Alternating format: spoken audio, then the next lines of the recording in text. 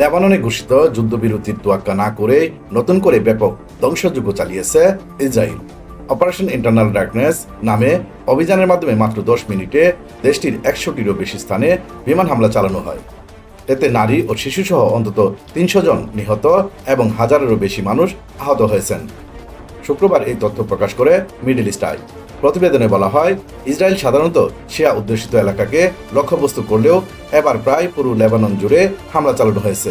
গত 16 এপ্রিল 10 দিনের যুদ্ধবিরতির ঘোষণা দেওয়া হলেও বাস্তবে তার কোনো কার্যকর প্রতিফলন দেখা যাচ্ছে না। অভিযোগ রয়েছে, যুদ্ধবিরতি শুরুর পরপরই দক্ষিণ লেবাননের বিভিন্ন গ্রামে কামান হামলা চালানো হয়েছে। লেবাননের স্থানীয় গণমাধ্যমগুলো জানিয়েছে, চলমান এই সংঘাতে নিহতের সংখ্যা প্রতিনিয়ত বাড়ছে এবং ইতিমধ্যে 10 লাখেরও বেশি মানুষ বাস্তুচ্যুত হয়েছে। ধ্বংসস্তূপের নিচে এখনও অনেক মানুষ আটকা পড়ে আছে বলে আশঙ্কা করা হচ্ছে। আন্তর্জাতিক বিশ্লেষকরা এই সামরিক অভিযানের ধরনকে গাজায় সংগঠিত হামলার সঙ্গে তুলনা করছেন।